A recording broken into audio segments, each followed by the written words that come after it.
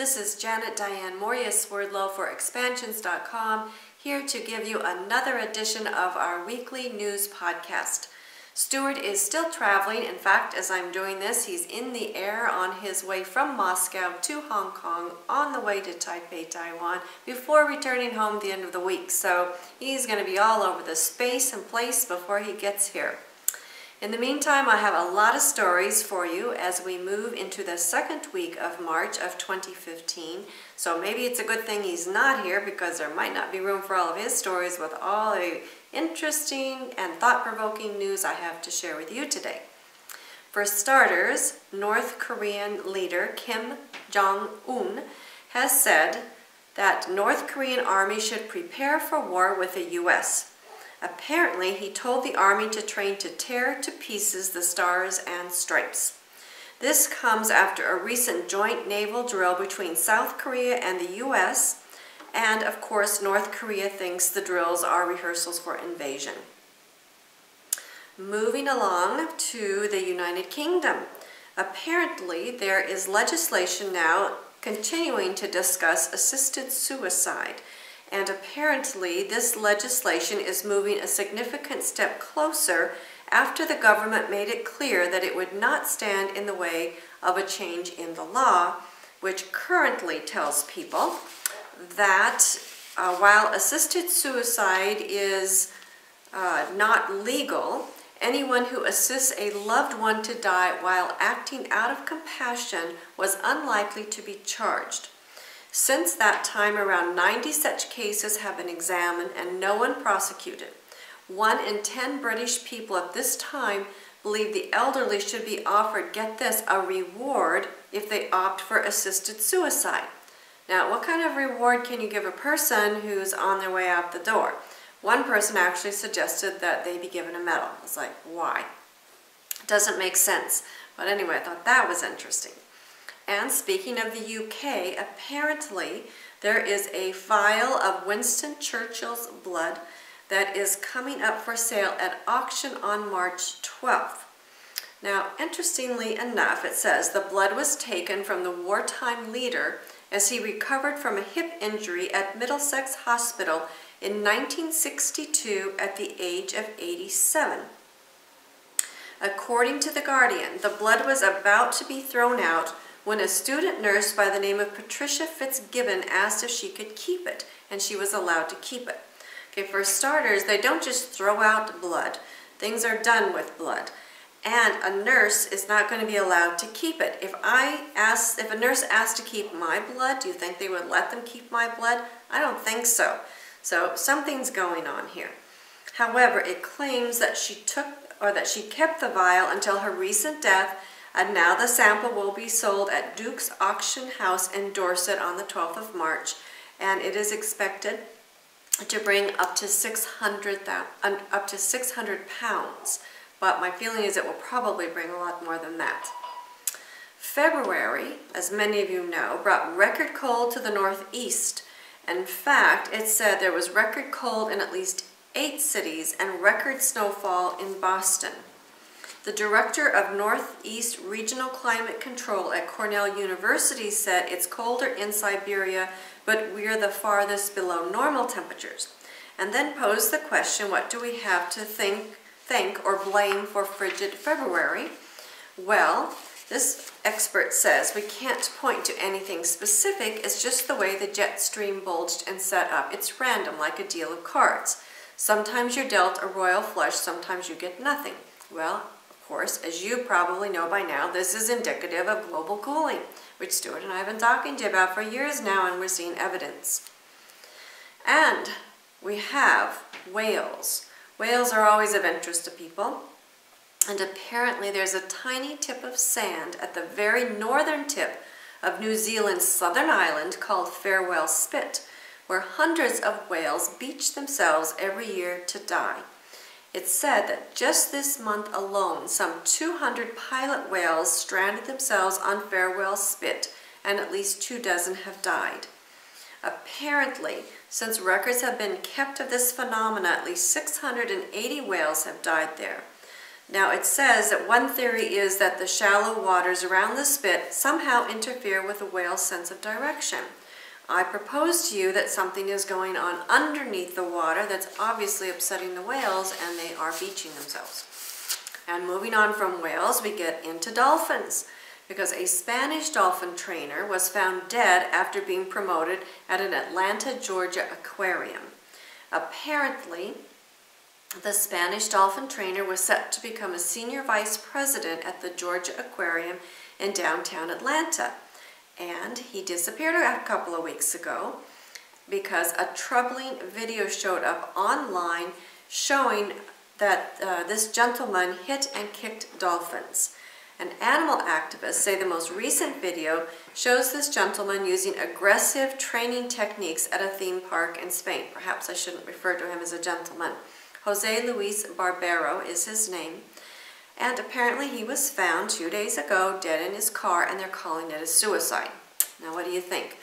Now from what we're seeing, they're getting rid of a lot of people for whatever reasons, and they're all calling these suicides, and nobody is questioning this. In the U.S., it might not be surprising to you to learn that many people come here to have children so that they can be given U.S. citizenship. What surprised me was that apparently the feds are cracking down on Chinese birth tourism, which I didn't realize was so prevalent here, and apparently some people pay up to $80,000 to go to a Chinese birthing house or maternity hotel, where the wealthy Chinese nationals pay up to $80,000 for the sole purpose of giving birth in the U.S. to obtain citizenship for their children. This way they get in-state U.S. tuition to universities and permanent U.S. residency for the parents. So apparently it's essentially citizenship for sale. Well, that's really not so surprising to me, but what did surprise me was that an estimated 40,000 babies are born to couples posing as tourists each year. And apparently wealthy couples not only from China, but the Middle East, Africa, and South Korea are the people who perpetuate this particular trait. And then we move on, speaking of America, to the American flag. Apparently students at UC Irvine have voted to ban the American flag. They passed a resolution March 3rd that removes the stars and stripes. This is the second time we've heard this now, stars and stripes, along with every other flag from the lobby of a complex housing the offices of student government. The author of the resolution says, quote, "Designing a culturally inclusive space aims to remove barriers that create undue effort and separation by planning and designing spaces that enable everyone to participate equally and confidentially," unquote. Now my feeling is this is again the beginning, the taking down of the flag or uniting North and South America. So there's something more going on in here. They're testing the waters. Let's watch for more of this to happen. And by now you might have heard about Facebook removing a 12-year-old black middle school pupil's account for suspicious activity after he made a very popular video criticizing Obama. Apparently the video got around 1.4 million views. I wish my videos would get about 1.4 million views. But anyway, apparently the former New York City Mayor Rudy Giuliani questioned President Obama's love of America at a fundraising dinner late last month. And so this child agreed and said the president was not willing to defend our country. So Facebook defended the decision and said that his account was removed because he is under 13. To me, again, it all sounds like a setup to see what people will do, what they'll say, how they will react. But, you know, it doesn't make sense to me. A lot of things don't make sense to me. I've been reporting to you on the word of Uber, which is now coming into vogue. And so there was an article which I clicked on, and the title on the main page was about Uber's successful people and 9 things that they do right before they go to bed. But when I clicked on the article, Uber was not even mentioned in the article. So keep your eyes out for Uber. Use your Brown merger archetype because that's a programming trigger. That's a German word, and Stewart and I have talked to you about that before. And of course, you may be noticing on my monthly blog that I am talking about removing fear and establishing courage, because so much of the news is embedded in scaring you into action. So here's an article I found that actually says right out this is what they're doing. It is a treadmill test that can reportedly predict your chance of death within a decade. Researchers say just by having you run on a treadmill, they can predict your chances of dying in the next decade. And so would you take this test? The researchers hope this treadmill test will not only serve as a mainstream test for cardiologists around the nation, since it is relatively accurate, simple, and cheap, but it also will motivate people to get into shape. Again, it's a way of getting you in shape out of fear, which is totally incorrect. Now here I'm starting into some even more interesting articles. Perhaps by now you have heard that an American airman has won a legal bid to force military health chiefs to pay for the treatment of an illness allegedly caused by his UFO encounter in Suffolk in the UK. Apparently, Airman First Class John Burroughs was involved in an incident in Rendlesham Forest in December 1980, which has become known as Britain's Roswell. I had not heard of this, maybe you have or Stewart had, but I thought it was interesting. According to him, he was exposed to huge doses of radiation while investigating a mysterious craft and claimed this left him in need of life-saving heart surgery. Apparently, after decades of being stonewalled, he finally persuaded the U.S. Veterans Association to pay for his treatment. His lawyer calls the dramatic legal about-turn as a de facto admission that UFOs exist and can cause physical injury. Apparently, the Rendlesham Forest incident is one of the great unsolved UFO encounters of the 20th century. Several members of the U.S. Air Force witnessed a strange craft flying overhead on 3 consecutive nights. Burroughs and a colleague went from their base to inspect the UFO at close range, which his colleague describes as a strange silver craft covered in symbols which resembled hieroglyphics. Shortly afterward, Burroughs fell ill with symptoms resembling radiation exposure. Now here we go, here it gets even more interesting. It says the real problem started in 2011 when doctors were astonished to find that the mitral valve of his heart had failed, which usually happens to men much older than the 50-year-old Burroughs. He says, I could not work and was going downhill fast. However, neither his doctor nor Burroughs were able to access his medical records, which were classified. So he couldn't even find out his own health records. And then he said the Air Force denied that he was even employed with them at the time of the UFO incident. Finally, he has a legal team that found 2 documents from the British Ministry of Defense which showed high levels of radiation were detected at the site where he encountered the mystery UFO. Therefore, the U.S. Veterans Association and the Department of Defense then agreed to pay for his treatment. Burroughs says he's still trying to figure out what he saw. He says he thinks the phenomena is that the government is aware of, but he doesn't know what it is. He claims he had a very weird experience and there's clearly something strange going on. Burroughs' lawyer said the ruling was effectively an admission that UFOs are real. The attorney says in citing the Ministry of Defense radiation documents and in granting John Burroughs full disability for his injuries in Rendlesham Forest, the U.S. government has by de facto acknowledged the existence of unidentified aerial phenomena, which in John Burroughs' case resulted in physical injury. Nick Pope, who is a researcher who has spent several years investigating UFOs as an employee at the Ministry of Defense, says, quote, I think this development is hugely significant, whatever you believe about UFOs. However, Pope is still baffled about what exactly happened that night in December of 1980. And then Gary Heselton, who is a retired police detective and now edits UFO Truth magazine, says, quote, this legal victory John Burroughs has secured with the Veterans Administration is nothing short of sensational. Its implications for the reality of US UFOs are real, and almost certainly of ET origin are huge. He continues, for the VA to acknowledge that John was exposed to radiation from a UFO/UAP during the Rendlesham Forest incident is unprecedented. Not only does it validate what the actual witnesses have been saying for 35 years, but should also put paid to the ridiculous skeptical arguments that have been regularly repeated in the mainstream media that have always lacked genuine foundation. So again, this tells me that whoever they are that's controlling the news, they want this information out. So I thought that was very significant. And then we have another extremely significant article, in my opinion, about finds in Israel that adds weight to the theory that God had a wife. Apparently, there are female figurines inscribed with prayers to a, quote, divine couple found in temples in a recent excavation not far from Jerusalem.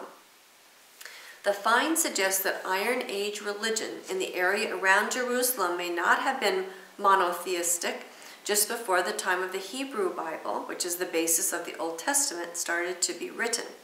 In fact, experts are now saying that there are far from being one God, but there are many. In fact, experts from the University of Exeter are saying that there is increasing evidence of Israelites worshiping several gods, including one who may have been seen as Yahweh's wife.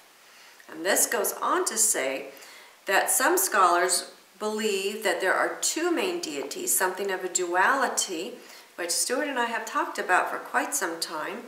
And it goes on to talk about there's increasing evidence that the Yahweh had a wife named Asherah. However, it says that eventually Asherah was written out of history and Yahweh became the one God of Jerusalem.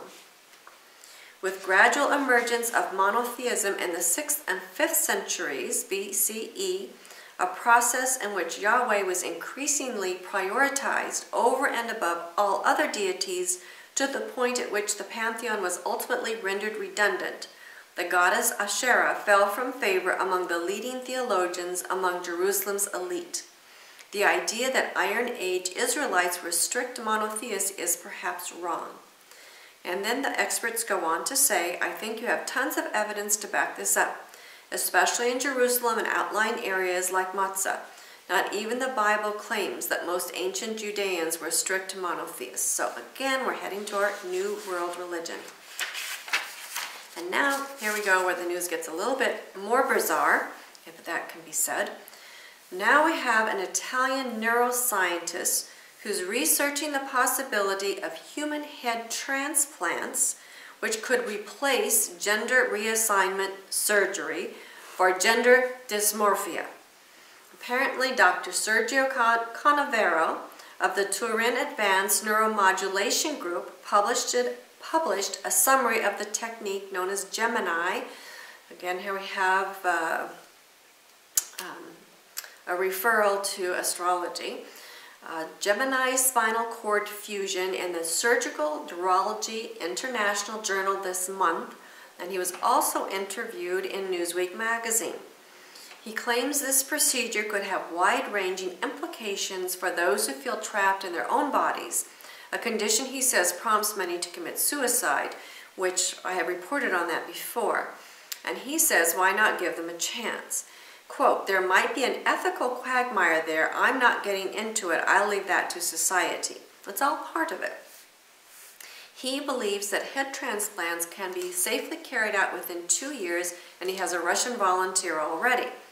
He intends to cover the costs of the operation through sales of his book called Head Transplantation and the Quest for Immortality. He says that it involves the process of decapitating a donor body and also apparently a live person who has also been decapitated. I'm not going to volunteer for that. I don't know about you. Both bodies are preserved via deep cooling. And then they bind the two spinal cords together to bind the severed neurons together and use electrical stimulation to encourage neuron regenerations. Then patients are kept in an induced coma for 3 to 4 weeks before undergoing intensive rehabilitation in the following months. So obviously this procedure is a little bit controversial, The transsexual community says that such a procedure should not even be necessary. Now, let's see, we have the director for the Center of Paralysis Research at Purdue University in Indiana says, quote, "There is no evidence that the connectivity of cord and brain would lead to useful sentient or motor function following the head transplantation. However, the ethical questions are whether a donor body would not be better used for organ donation to multiple recipients than an individual head." It's just, these are bizarre in my opinion. "I think it would be very expensive surgery," he continues. "I can't imagine it being available on the NHS. It would be the preserve of rich individuals. Is that a good use of that sophistication of surgery? Or poor individuals who are desperate to be volunteers? I'm not convinced at this stage, and I just don't know how feasible it would be," unquote. However, the doctor who created this procedure and how he created it doesn't tell us. It remains optimistic about the potential of the method, which he thinks could also be used to treat victims of paralysis. He says, "If you are suffering an incurable muscle wasting disorder, if you're laid up day in and day out with no possibility of recovery, and I can offer a new chance, what would you say?" And then apparently he is going to present this officially in Maryland in June at the American Academy of Neurological and Orthopedic Surgeons. And apparently he proposed this idea before in 2013, and it says here in this article that head transplants first began with animals in 1970 by Robert White. And they apparently transplanted the head of one monkey onto another's body. The monkey survived for 9 days but couldn't move its body as the spinal cords had not been fused. So again, it's this bizarre. And speaking of bizarre, in my opinion, probably a lot of you are not going to agree with this, I still think it's bizarre. In San Diego Airport, they now have 12 restrooms open to anyone. Regardless, this is the quote under the pictures, "Anyone can use this restroom regardless of gender identity or expression." They have the picture of a man, a female, a half male female, and a child. Personally, I want to have a restroom that's open to females. And speaking of which, there is now a sex selfie stick that lets you FaceTime the inside of a vagina. Now again, these are articles that are on mainstream news. You think these should be in pornographic magazines, but this is like everyday news now. Apparently, you can take footage while you're having sex, upload it to your PC or your smartphone, and then sync that up with FaceTime. So, in case you want something interesting, I guess, to do with your spare time. And then it went on to talk about, that's for the females, of course, so we have to have something for the men. So you can have sex with your iPad. Apparently there's something called the Fleshlight Launchpad, which allows the users to attach this to their iPad. It's a flashlight-shaped, vagina-like toy that plugs into the back of your iPad, so it says, quote, "You can fully immerse yourself in whatever you're watching," unquote. And anyway, all this stuff is bizarre to me. But, and again, it's all on mainstream. You don't have to go anywhere except turn on your computer and there it is. So those are my stories. But I do want to remind you that this week we are going to be starting the Animal Mind webinar. And a lot of these stories are anchoring you into your animal mind. And in my opinion, it's time to get out of the animal mind and get into your higher spiritual mind. We also have several pay-per-view webinars that are now available to you for viewing. We have also our fasting and detoxing webinar. We have our 3-day group fast. And of course, we have our prophecy webinar, which a lot of people are enjoying all of these. So please check those out. April 11th and 12th, Stewart will be speaking at the Free Your Mind Conference in Bucks County, Pennsylvania. If you go onto their website, you can purchase tickets there. And if you put in the promo word of expansions for a promo code, you will get a $20 discount from your ticket. And of course, here in April, we have our own annual spring healing conference called Addicted to Addictions, Get Hooked on Health Instead. So those are always brilliant conferences with lots of good people that attend and always very interesting discussions and information for you. We're working on setting the dates for our Summer Radionics Workshop. And we want to remember we are now doing radionic sessions, and of course we have to tell you that these are for entertainment purposes only. Next fall we will have our Hidden Histories and Mysteries Digging Deeper annual conference with Dr. Samir Osmanagic, the discoverer of the Bosnian pyramids, and Mary Sutherland, a paranormal researcher from Wisconsin. So they will be visiting with you there. It should be fascinating, and will be. Shouldn't be, will be.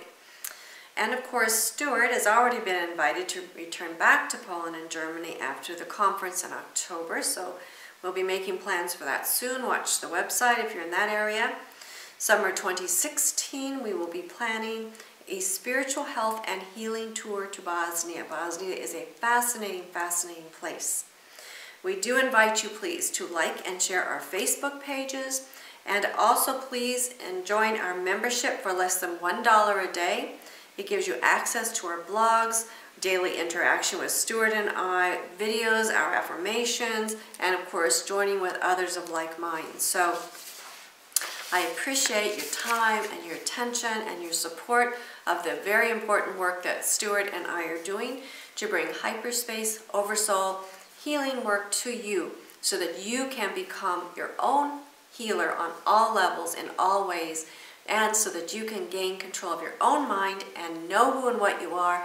And when that happens, nobody can intimidate you via fear. Nobody can tell you what to do. You are anchored into your highest potential at all times. Self, oversoul, God, mind. This is the strength that supersedes the machines, the war efforts, the fear tactics, everything. Find out who and what you are. Join our site, and we promise you that you will change for the better if you allow the change to take place. Thank you again for joining me. Janet Diane Mourglia-Swerdlow, expansions.com.